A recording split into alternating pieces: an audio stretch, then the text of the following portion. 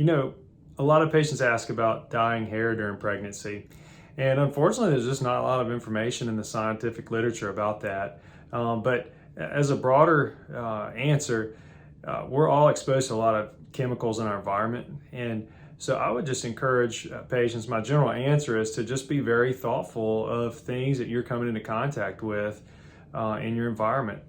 Hair dye could be one of those, but pregnancy is just a good time to be thoughtful about cosmetics, lotion, cleaners, all kinds of chemicals. And so not to be psychotic about it or overemphasize it, but to just be thoughtful about your environmental exposure and your exposure to chemicals. And if you can avoid something or switch to something that's more organic or natural, especially in the first trimester, that's important.